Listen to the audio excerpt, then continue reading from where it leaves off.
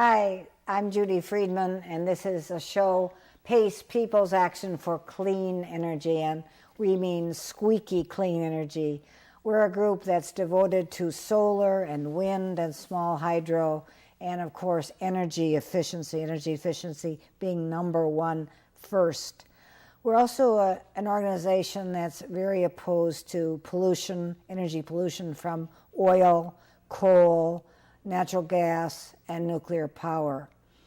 We are a state, Connecticut is a state with very high cancer rates, and we feel that cancer and energy are probably linked.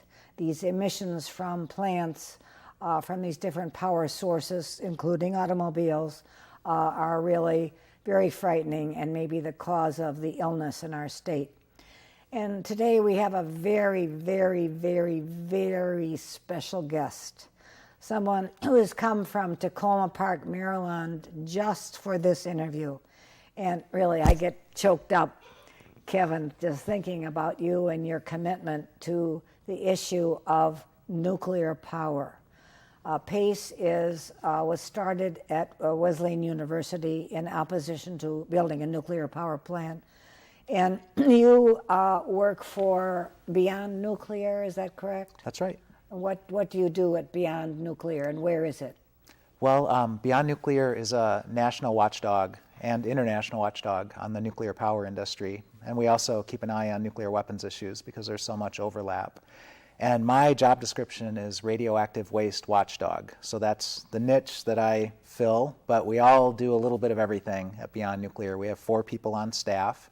We're based in Tacoma Park, Maryland, which this year is the 30th anniversary of Tacoma Park being a nuclear-free zone. And what that means in Tacoma Park's case is that it keeps an eye on contracts that the city enters into. And the city is not allowed to enter into any contracts with any business that has anything to do with nuclear weapons. Oh, wonderful. And so my coworker, Paul Gunter, is on that committee. He's a resident of Tacoma Park. You have to be a resident. I live in another town, so I can't do it. But they actually go through all the contracts that the city signs and make sure that there's no connection to nuclear weapons. And that could be a place where there might be a connection because it's very close to Washington, D.C. And there's a lot of businesses. The nuclear industry, both nuclear power and nuclear weapons, is so vast in the United States, unfortunately, that a lot of companies are involved in some way or another. And it's a really, commendable stand that Tacoma Park has taken. Yeah, very impressive. I think the thing that bothers me so much about nuclear power is the fact that it affects unborn generations. Never before in the history of mankind have we had a technology done something that would affect, so we affect the living generations or the women who are pregnant and those children. But the impact of radiation on cells can go down generations. Is that correct? It is, and it's a neglected area of radiation health impacts. A lot of times the official bodies like the National Academy of Sciences, the Nuclear Regulatory Commission, the Environmental Protection Agency, what they want to focus on is the cancer risk of nuclear power, radioactivity, which, yes, there's very much a cancer risk. In fact, there's no exposure to radioactivity that is without a cancer risk. All right, let's say that again. There's no minimum threshold, right, of radioactivity that may not cause cancer. Is that correct? Yes, every exposure to radioactivity carries a health risk for cancer, and those risks accumulate over a lifetime. But you mentioned the genetic damage, and that's a whole additional area of human health damage, and then that's forever into the future. So, just one radioactive poison, tritium. Incredibly enough, tritium is radioactive hydrogen, and it's generated in the core of an atomic reactor. There's a little bit in nature, and to give folks an idea of how much, there's between 3 and 24 picocuries per liter in nature. So remember that number, 3 to 24 units.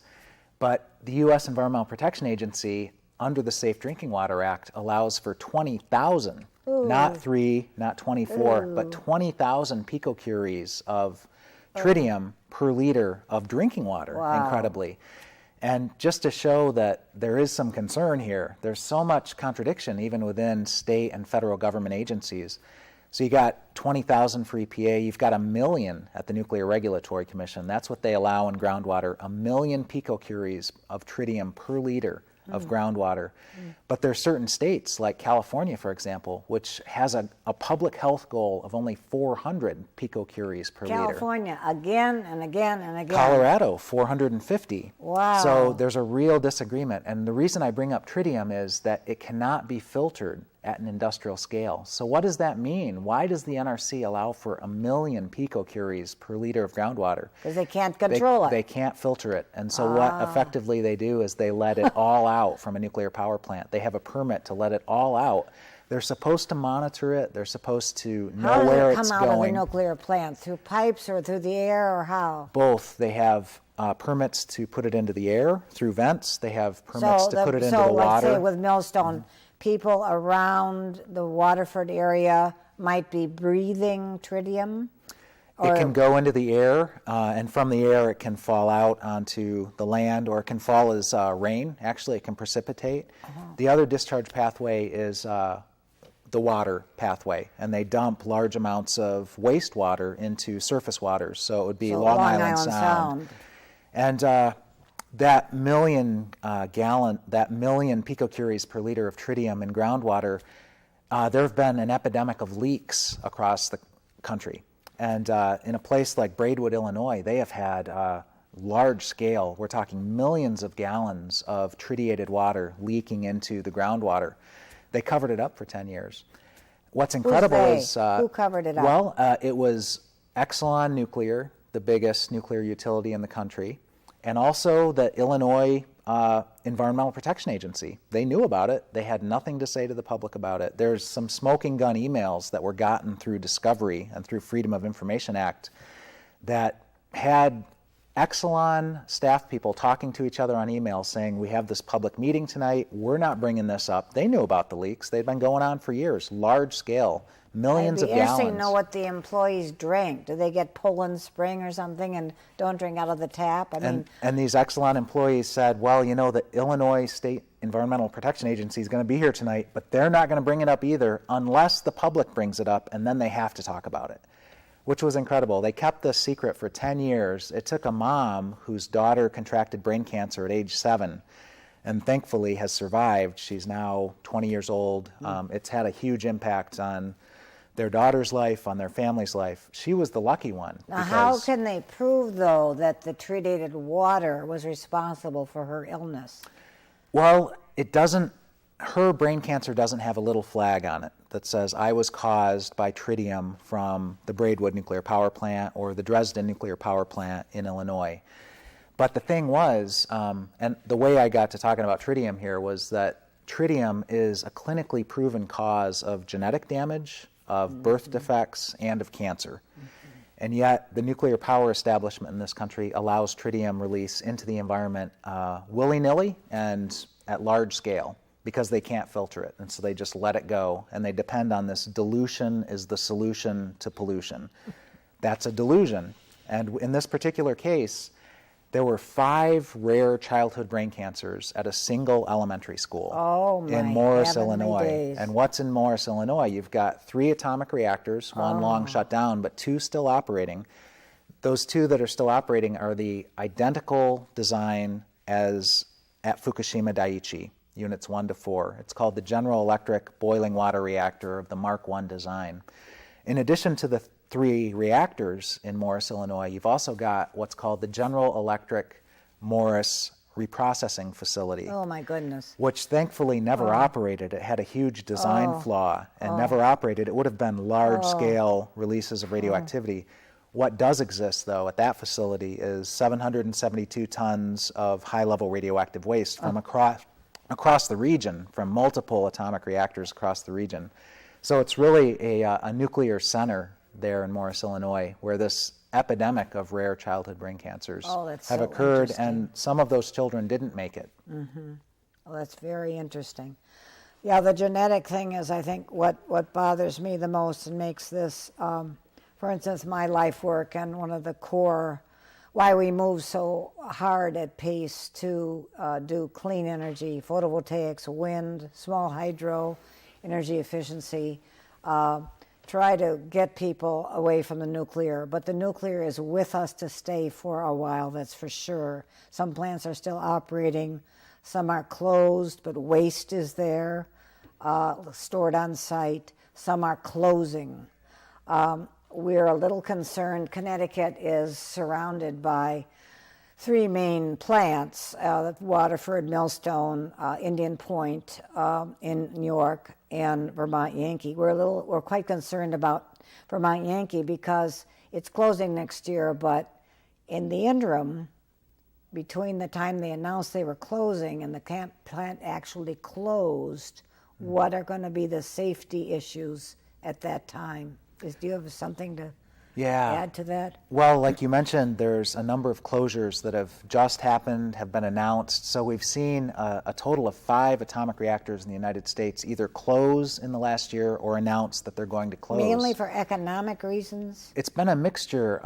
Crystal River in Florida closed because of large-scale cracking of the containment dome that they can't fix unless they were going to rebuild the thing, and that would cost billions of dollars. So they just pulled the plug. You've got another example at Kewaunee in Wisconsin, north of Milwaukee, near Green Bay. They closed, they said, because they could not compete with the low price of natural gas. But one of their spokespeople, and this is Dominion Nuclear, the same company that owns Millstone, that chose to close Kewaunee, who admitted to a journalist in print that they couldn't afford the safety fixes that they saw coming because the plant's 40 years old, they have major repairs to come. So a lot of times it boils down to safety versus cost, and they just can't afford to keep the plant safe. So you mentioned Vermont Yankee. That's an example of a plant that has announced it's going to close next year. So there's a lot of concern that, weeks before Entergy Nuclear is the name of the company, announced the closure of Vermont Yankee, they, across the country, laid off 850 workers. Wow. It was 5% of their workforce.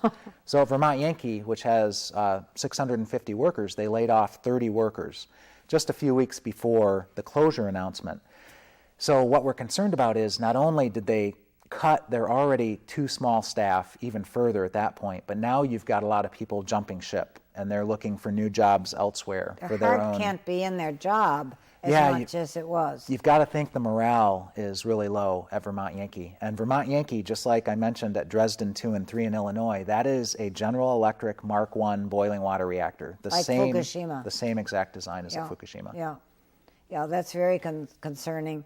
We're also very wondering about Millstone because radioactive, toxic materials come out of Millstone on a routine basis into Long Island Sound. And if they had a closed loop system, that would not be true, but that's very expensive. Is that true? Well, you know what? There are nuclear power plants like Millstone that don't have cooling towers. And so what they're doing is they're taking in massive amounts of water from Long Island Sound. They're using it as cooling on the reactor cores. Then they're discharging it superheated into Long Island Sound. And that's going to have ecological impacts just from the heat, the thermal heat.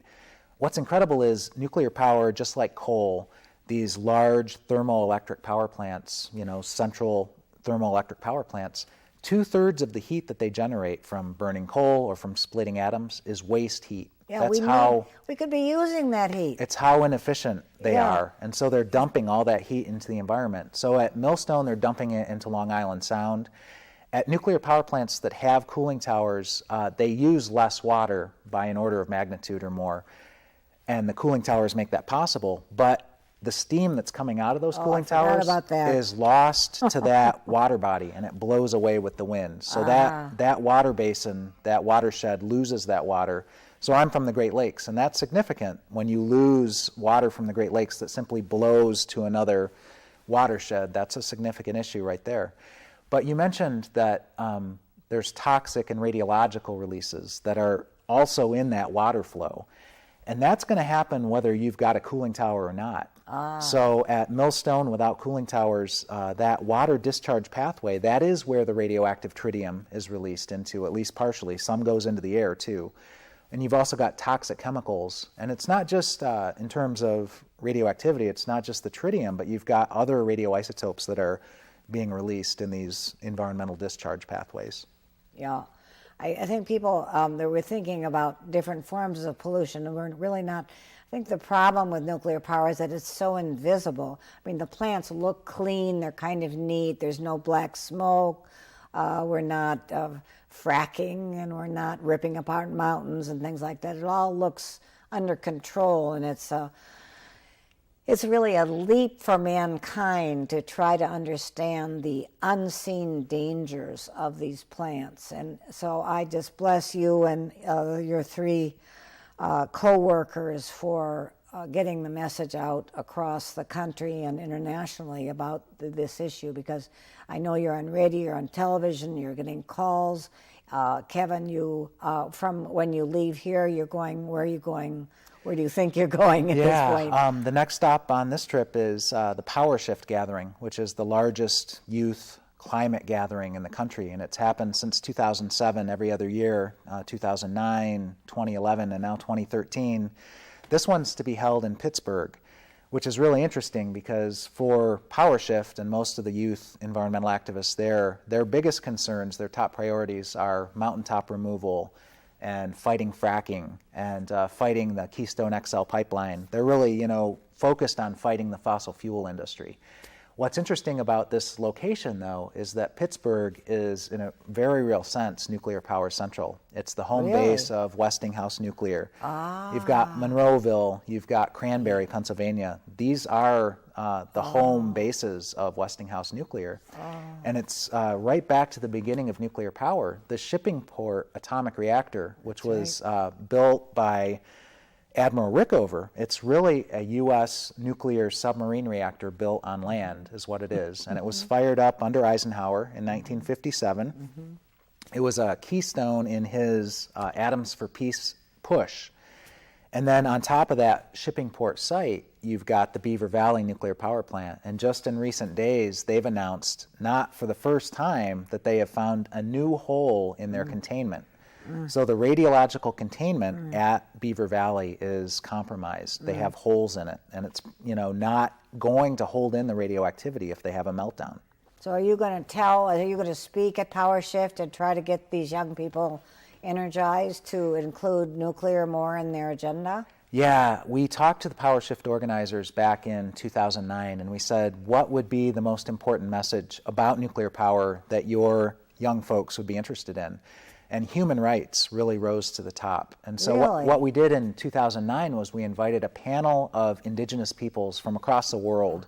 We had an How about the human rights of the unborn? Yeah, well, that is, to me, that's the basic humans who are going to suffer. But go on, please. I'm sorry to interrupt you, but well, the indigenous people get that, So you've got the seventh generation philosophy, and so they're fighting uranium mining. Back in 2009, we had an Acoma Pueblo Indian leader who's fought uranium mining his whole life. We had a Aboriginal from Australia. We had a Tuareg nomad from West Africa, from the Sahara Desert. All of them devoting their lives to fighting uranium mining. And that's the story of uranium mining. It mostly is taking place on indigenous peoples' land. And so our panel this year is entitled Nuclear Power's Human Rights Violations. Excellent. And we have a Navajo woman. She's a part of a coalition called Multicultural Alliance for a Safe Environment. And she, too, has devoted her life's work to fighting uranium mining in the Four Corners area. The Navajo and the Pueblo nations down there have been greatly harmed by uranium mining in their homelands. We also have a panelist from Japan who's going to talk about the Fukushima Daiichi nuclear catastrophe. So from the beginning of the nuclear fuel chain, from the beginning of the uranium chain, all the way through an atomic reactor meltdown, these impacts on indigenous peoples, in Japan, ironically enough, the center of organic agriculture in Japan was Really? Fukushima and the neighboring prefectures. Oh, I never knew that the center of organic agriculture in Japan was the Fukushima area. And what's incredible about it is they Oh. didn't call it organic agriculture. Well, they do now, but what it was traditional agriculture. Because, of sure. course, they've been growing rice and vegetables and Centuries. domestic animals forever in these places. They didn't call it organic in the past, but today it's called organic. So it was the heart of traditional and now organic agriculture in Japan that's been devastated and ruined by the Fukushima catastrophe. Oh, wow.